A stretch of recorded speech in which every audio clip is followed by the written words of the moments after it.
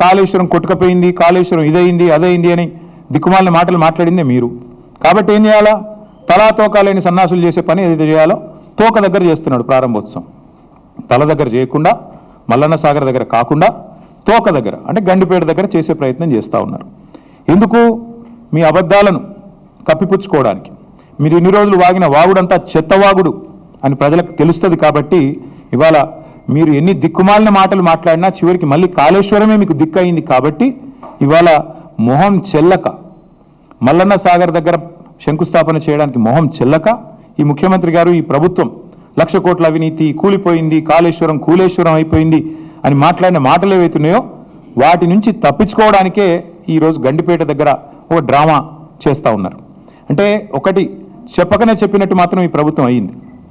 ఎన్ని రోజులు కాళేశ్వరం కూలేశ్వరం అయిపోయిందని వాగిన నోళ్లే ఇవాళ అదే కాళేశ్వరం నీళ్లు తీసుకొచ్చి హైదరాబాద్ ప్రజలకు మేము గోదావరి నీళ్ళు అందిస్తామని చెప్తున్నారు. అంటే ముఖ్యమంత్రి కానీ ఈ ప్రభుత్వం కానీ చెప్పకనే చెప్పినట్టు అయ్యింది. కాళేశ్వరం మరి తెలంగాణకు కల్పతరువు, తెలంగాణకు కామధేనువు అని మొదటి నుంచి మేమేదైతే చెప్తున్నామో అది అక్షర సత్యం అని కాంగ్రెస్ ప్రభుత్వమే ఇలా ఒప్పుకున్నట్టు అయింది.